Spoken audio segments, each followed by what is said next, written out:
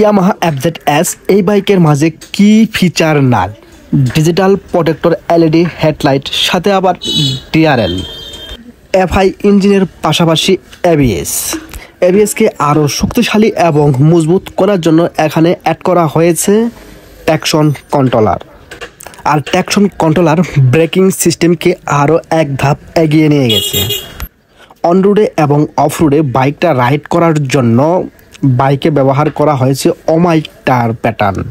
Pipe হ্যান্ডেলবারের পাশাপাশি সম্পূর্ণ digital meter use করা হয়েছে। আর এই বাইকে কিন্তু সম্পূর্ণ মেটাল ইউজ করা হয়েছে, সামথিং কিছু দুই একটা পার্টস ছাড়া। মেটালের ট্যাঙ্ক প্যাডের সাথে 3D মনোগ্রাম ইউজ করার ফলে বাইকের লুকটাকে আরও এক ধাপ এগিয়ে নিয়ে গেছে। যাদের হাইট 5 ফুট 5 ইঞ্চির ওপরে তারা এই বাইকটি চালাইতে পারবেন একদম স্মুথভাবে। এই বাইকের লুকসটাকে আরও প্রিমিয়াম করার জন্য এই বাইকে ইউজ করা হয়েছে ডিজিটাল এলইডি ব্যাকলাইটের পাশাপাশি এলইডি সিগন্যাল লাইট।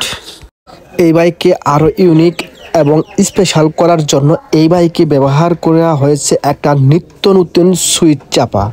এই বাইকটি এফআই এবিএস হওয়ায় এই বাইকের মাইলেজ নিয়ে তো কোনো চিন্তাই নেই।